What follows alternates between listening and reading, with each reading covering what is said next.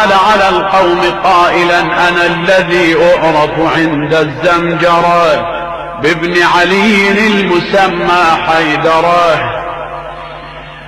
أنا الذي أعرف عند الزمجرة بابن علي المسمى حيدرة، حتى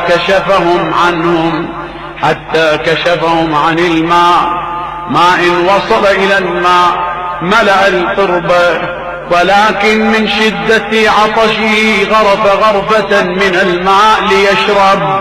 فتذكر عطش الحسين فرمى الماء وقال: يا نفس من بعد الحسين هوني، وبعده لا كنت أن تكوني، هذا حسين وارد المنون، وتشربين بارد المعين.